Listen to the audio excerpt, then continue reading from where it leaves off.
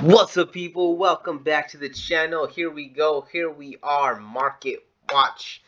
Very much gotta do a market watch in the middle of the week. Try not to do 3 market watches a week. Trying to keep it down to maybe like for sure one, but probably like 2 a week to kind of diversify the content. But we have no choice. We got the ban list.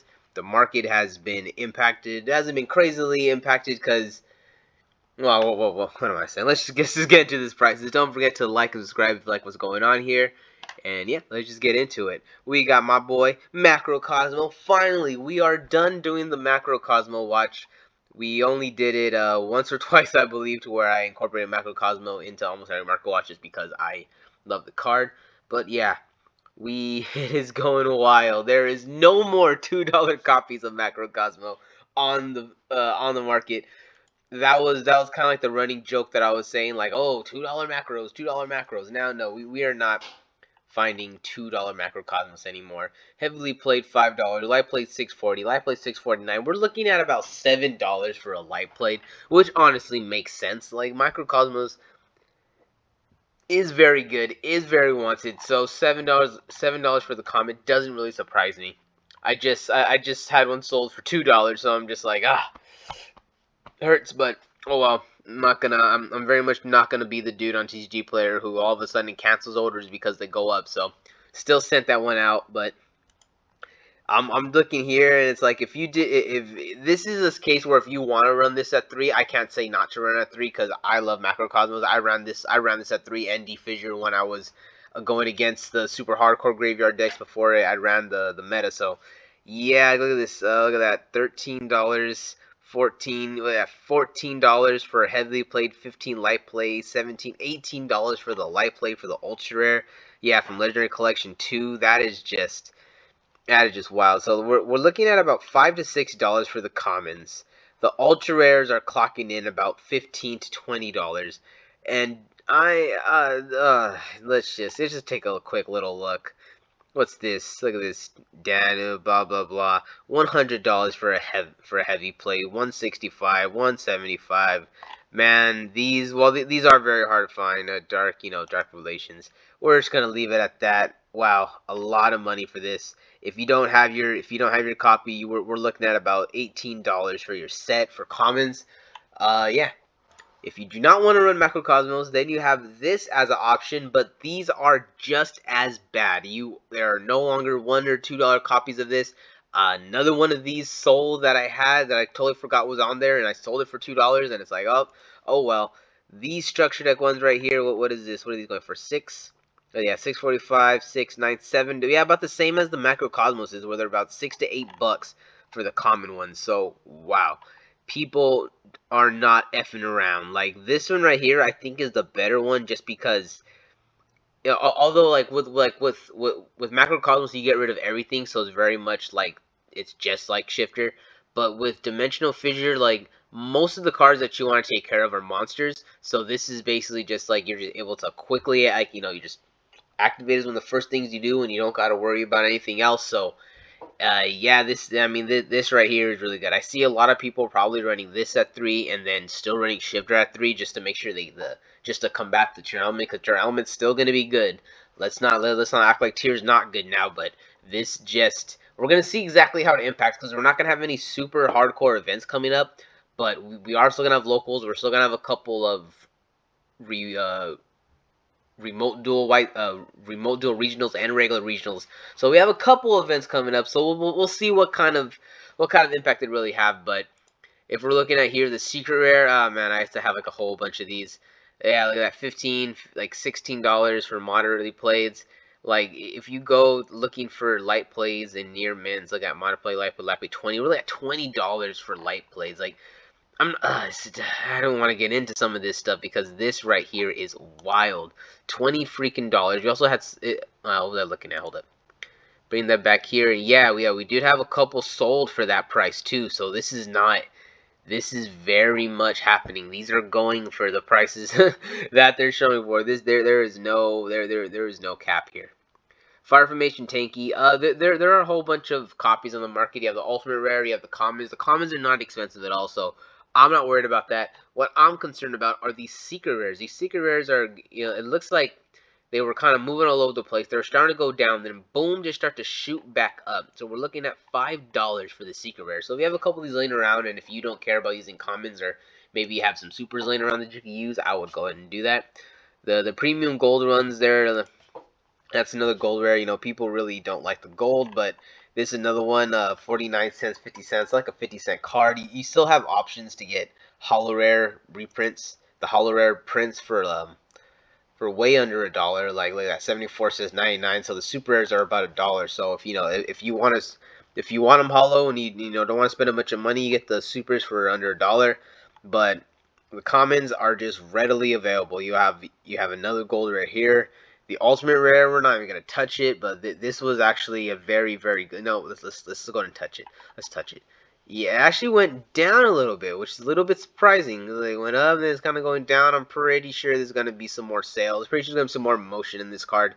Especially, I guess, like, right now, people are not really paying attention to anything involving Beast, like Beast Warrior or anything. Like, people are not really paying attention to it, but I don't know. I feel like Tanky is very much a card that could surprise a lot of people, because they don't understand how much 3 really matters. Like, having 3 tanky, you have Scareclaw, you have Tri-Brigade, you could do a small Zodiac package. I mean, it doesn't have Dragon anymore, but you could do it just to get the monster advantage. You know, or you could use it to go and, you know, you could use it to, like, you know, do the Zeus play. So, this has some little niche little uses, and it has some meta implications. Like Scareclaw, I don't know. Maybe with this at 3 and with the Tri-Brigade package, Scareclaw could do something, could be something. Metaverse. We have a lot of common and rares that are easily available, but the super rare is the one that I want to look at.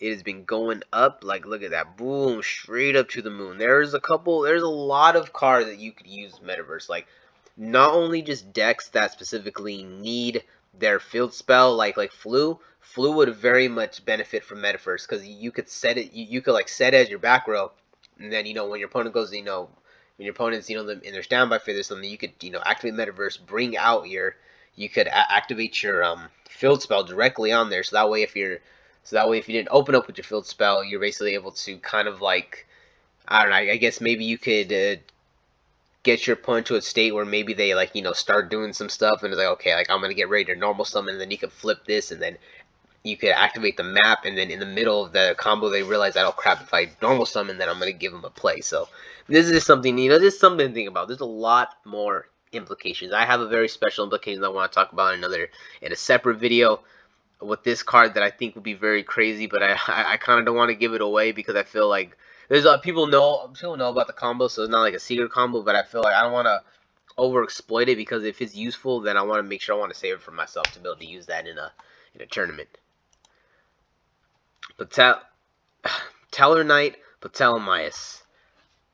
I am very much clapping over here. I have a big old smile on my face, because I told myself, do not get rid of this. I have the ultimate rare version from when I played Pepe, and I never got rid of it. I was very much like, nope, don't get rid of it. You never know if you'll need it one day. Very tempted to sell it, and I never did.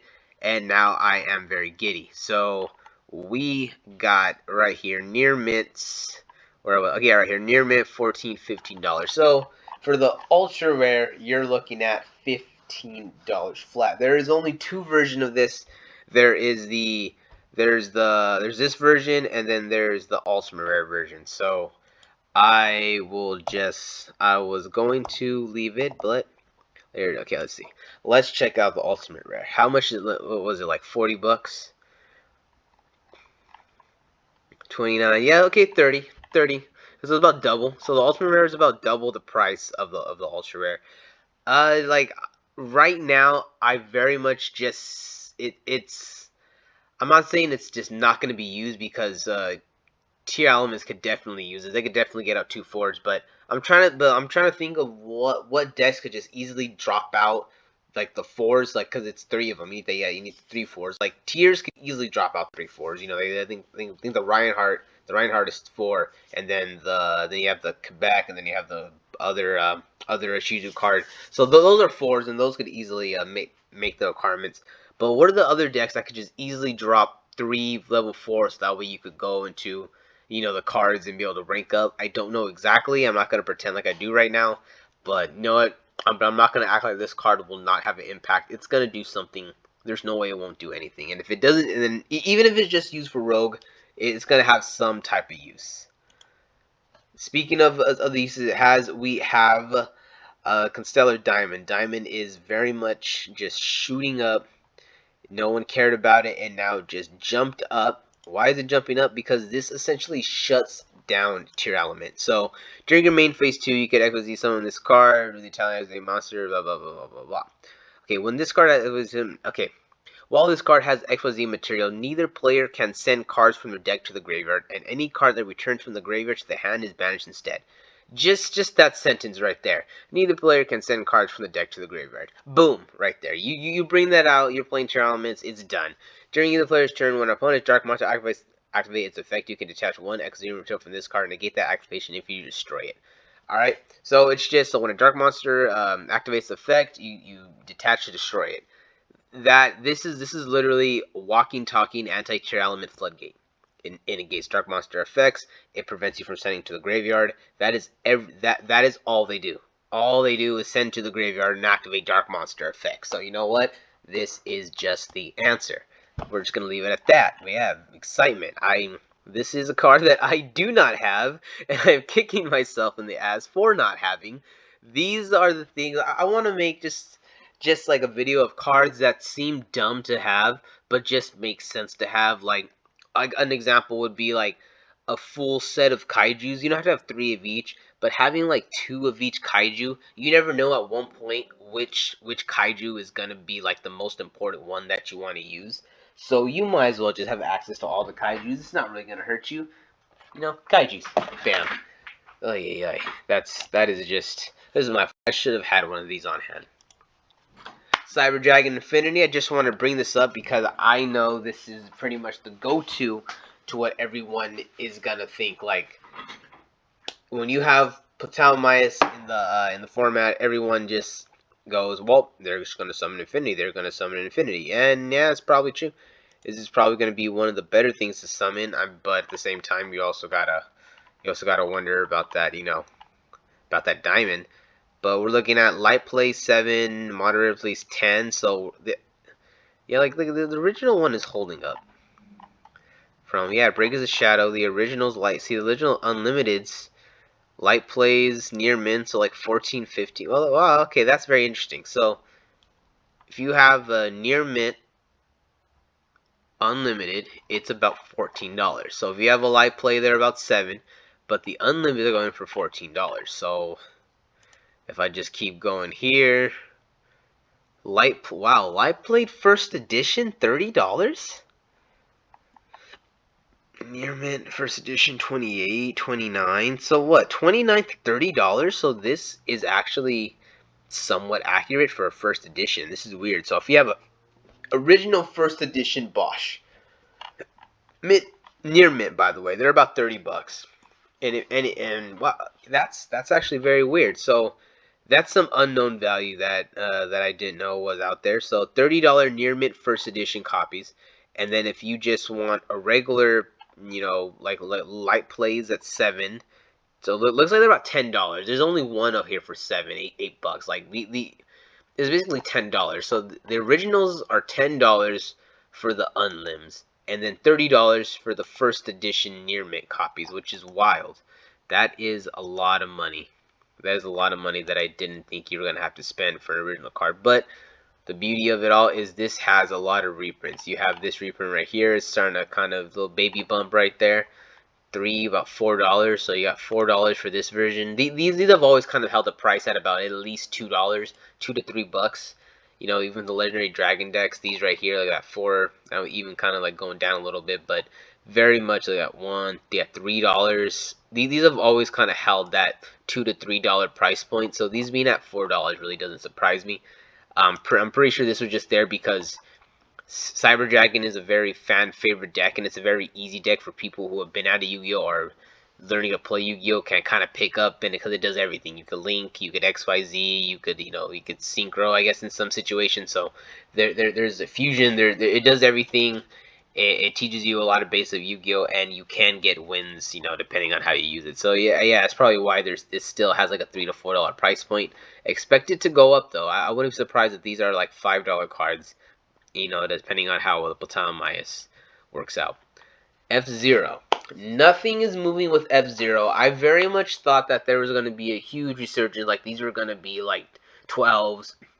These were going to be 15. I thought there was going to be a big bump. I really believe in the Tri-Brigade Bird. I might drop my own deck profile on that because I really do like that. I really do like that strategy.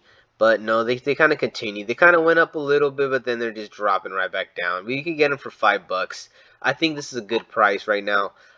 I personally like the original ultra rare, but if you like the secret rare, just go for it. It's about $1 more actually. So the secret rares are like $6, 6 to 7, while the ultras are 5, which I guess makes sense because that's a rarity upgrade. It does look brighter, but yeah, I would take the opportunity to get this card right now because it will not take much to turn this into like a $10 to $15 card. So I would pick this up. These are good cards.